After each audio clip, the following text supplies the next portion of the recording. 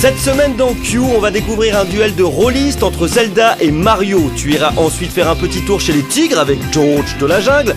On t'expliquera comment débloquer Itachi dans le dernier Naruto sur Wii. Et pour finir, Mehdi te dira tout sur le prochain Dragon Ball.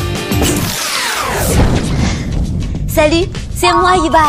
Attention, deux grands jeux vidéo vont s'affronter dans le match de la semaine. Et on va tout de suite découvrir le vainqueur.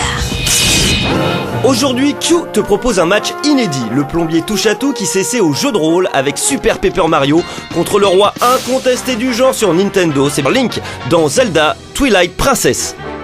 Ce Zelda sur Wii a frappé un grand coup au niveau de son ambiance. Musique envoûtante, graphisme soigné et décor somptueux. Même s'il fait partie des premiers jeux sortis sur Wii, il reste encore une référence aujourd'hui.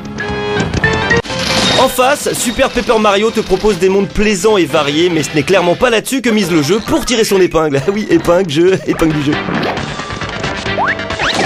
Au niveau du jeu de rôle proprement dit, Zelda a réuni tout ce qui faisait la force de la série. Une intrigue captivante, des énigmes variées et des phases de combat super bien réalisées. Le tout en proposant une utilisation de la Wiimote parfaitement intégrée à l'univers du jeu. Bref, une totale réussite. Super Paper Mario te propose une jouabilité originale où tu devras souvent passer d'un monde en 2D à un environnement 3D pour progresser et résoudre les énigmes. Avec son mélange plateforme et jeu de rôle, tu as de quoi t'occuper même si les derniers niveaux sont franchement moins réussis. Super Paper Mario reste un excellent jeu et donne une approche très originale du genre, mais face à Link, en matière de jeu de rôle, il est difficile de lutter, bah oui c'est comme ça. Il ne reste plus qu'une question maintenant, c'est pour quand le prochain Zelda ? Ce qui est bien avec Q, c'est que tu es sûr de connaître toutes les dernières nouveautés. Surtout celles qui valent le coup. C'est le Top Q. On attaque le top de cette semaine avec 3D Rally Racing, un jeu internet de course orienté rallye et décor sauvage. La prise en main n'est pas évidente au début, tu pilotes ton véhicule uniquement avec les flèches. À toi d'enchaîner les victoires pour débloquer les circuits.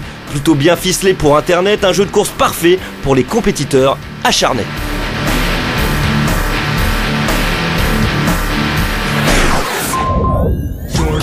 En numéro 2, tu retrouves un héros complètement fou, enfin bref, complètement quoi, c'est George de la jungle. Dans ce jeu de plateforme, tu devras te balancer de liane en liane, tout en évitant les singes belliqueux et en collectant un maximum de bonnes vieilles bananes.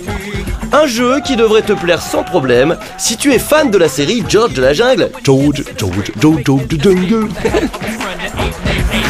Prépare-toi pour le numéro 1 de la semaine, Draglade sur DS. Dans ce jeu, tu incarnes un adepte du grappe. Tu devras rencontrer et vaincre plusieurs adversaires si tu veux espérer faire partie du gratin des grappeurs. Mais au fait, c'est quoi le grappe ? C'est une discipline où tu te bats en utilisant une épée d'énergie, des boules cristallisées qui déclenchent des pouvoirs spéciaux ou encore des partitions avec lesquelles tu effectues des combos rythmés. Ça a l'air compliqué comme ça, mais ce système est une vraie mine pour le gameplay. Entre les combats et les phases de jeu de rôle, il y a de quoi satisfaire les plus difficiles. Même si les graphismes ne sont pas très originaux, Draglade est un jeu inventif qui devrait plaire aux fans du genre.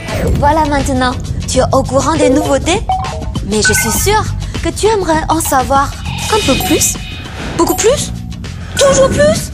Vite, le zoom de la scène. C'est bientôt l'Euro 2008 évidemment et Electronic Arts ne rate pas l'occasion et nous propose un nouveau jeu directement tiré de FIFA 08 mais habillé aux couleurs européennes. Tu retrouveras toutes les qualités de la série FIFA à commencer par un contenu plutôt complet, les 8 stades officiels et plus de 50 équipes européennes à découvrir. Les graphismes et les animations fonctionnent toujours aussi bien, bref visuellement, c'est du bonheur. On regrette quand même le niveau assez aléatoire des gardiens. Côté nouveauté, tu auras la possibilité de vivre la compétition européenne des qualifications jusqu'à la victoire finale. Tu pourras profiter de phases de jeu qui ont clairement gagné en vitesse et aussi d'un mode en ligne digne de ce nom.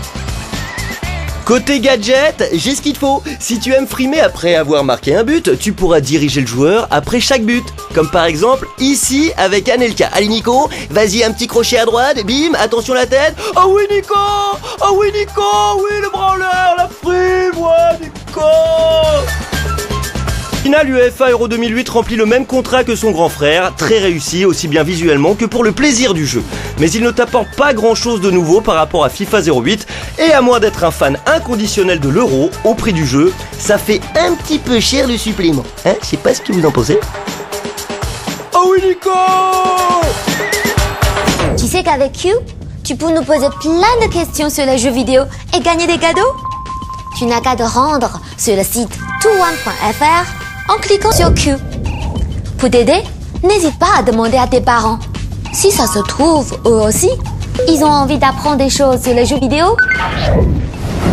Cette semaine, on répond à la question de Hugo, 12 ans, dans le dernier et d'ailleurs très bon Naruto Clash of Ninja Revolution sur Wii. Comment réussir à débloquer le sinistre Itachi Uchiwa? Uchiha, it's our mission to take Naruto. Alors Hugo, c'est pas si facile que ça. Pour commencer, tu dois tout d'abord filer le mode mission. Une fois que c'est fait, une nouvelle mission apparaît, c'est la 13,5 où Guy cherche à prouver sa valeur de ninja. Dès que tu as gagné, direction le mode solo, tu dois réussir à le terminer avec tous les personnages disponibles au départ, à savoir Naruto, Kankuro, Shikamaru, Neji, Kakashi, Sasuke, Jiraiya et Sakura. Oula, j'ai chaud. Et oui, ça en fait du monde. Après ça, retour au mode mission, tu en as 2 nouvelles à remplir, un combat avec Lee et Neji, puis l'affrontement final entre Sasuke et Itachi. Et ben voilà, du travail, de l'acharnement, mais maintenant, tu peux t'éclater avec Itachi. Allez vas-y, bim bim bim bim bim bim, abim et bim et bam. Abim, abadam. C'est marrant, quand on voit la Terre comme ça, on a l'impression qu'elle est toute petite. Ça nous prendrait rien qu'une seconde pour aller voir Mehdi au Japon. Démonstration. Konnichiwa Yubai. Aujourd'hui, je suis dans le quartier de Shibuya et je vais faire un petit tour dans un magasin qui s'appelle Mandarake. Ce magasin vend des mangas et des jeux vidéo et tout un tas de choses autour de cet univers.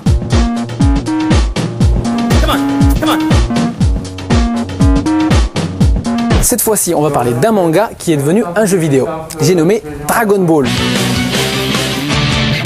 Un nouvel épisode est prévu pour début juin au Japon, mais cette fois-ci, il va sortir sur PS3 et Xbox 360. Pour l'instant, je sais que Dragon Ball Z Burst Limit a pour fil conducteur le début de la série, jusqu'au combat contre Freezer. Le mode de jeu est basé sur le même principe que Budo Tenkaichi 3, sorti fin de l'année 2007 sur PS2, et oui, dans cette nouvelle version, un certain nombre de personnages peuvent se transformer, comme par exemple Sangoku et Vegeta qui peuvent se transformer en super guerriers. Les transformations changent la force d'attaque, de protection, la vitesse de déplacement. Il y a aussi les ultimates attaques que tu pourras déclencher en exécutant certains coups, comme les projections. Les graphismes et l'animation sont vraiment impressionnantes. Enfin bref, tu l'as compris, cela promet. Au fait, j'ai entendu dire que le jeu devrait sortir d'abord en Europe avant de sortir au Japon. Bon, je vous dis à la semaine prochaine. Sayonara. Tu peux nous retrouver sur toone.fr, Q. Mais n'oublie pas, il n'y a pas que des jeux vidéo dans la vie. Sayonara.